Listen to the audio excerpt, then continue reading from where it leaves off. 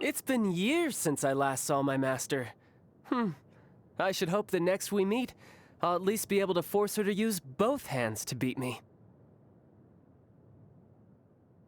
There's far more to that man than meets the eye. As for the extent of his power, lots to look forward to, I think. Tell me, how has Mr. Zhongli been lately? Not bad, you say. Seems he's had no problem acclimating to mortal life. He sure had me fooled. Such a fiasco mustn't be so easily forgiven. The only way to reconciliation is fierce combat. What do you mean I'm no match for him? Her Royal Highness, the Tsaritsa, is actually a gentle soul. Too gentle, in fact. And that's why she had to harden herself. Likewise, she declared war against the whole world only because she dreams of peace. And because she made an enemy of the world, I had the chance to become acquainted with you. Huh. Varka. Just the thought of one day going head-to-head with him in combat. The fabled knight of Boreas himself, titan of the Knights of Favonius. It makes me buzz with excitement. It's a beautiful life we live in this world.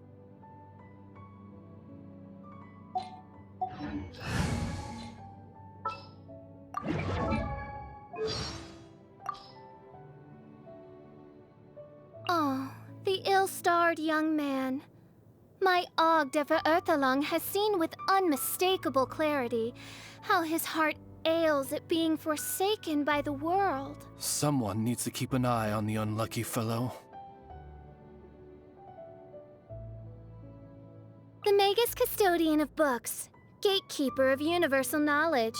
Win her trust and one may yet gain access to a vast repository of wisdom. She means, as long as you return your first few library books on time, you'll never have any trouble borrowing a book again.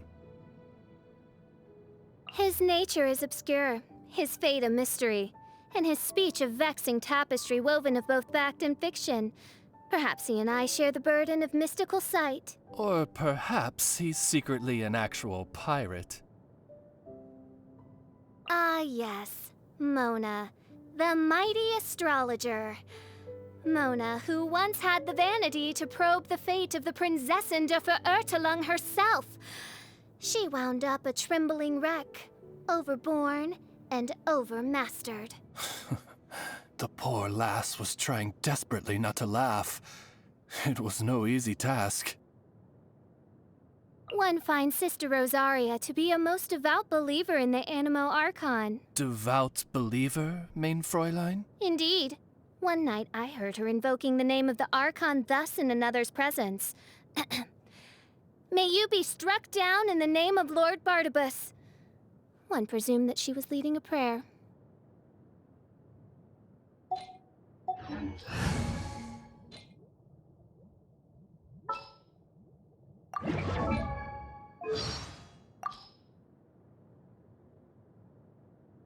That captain.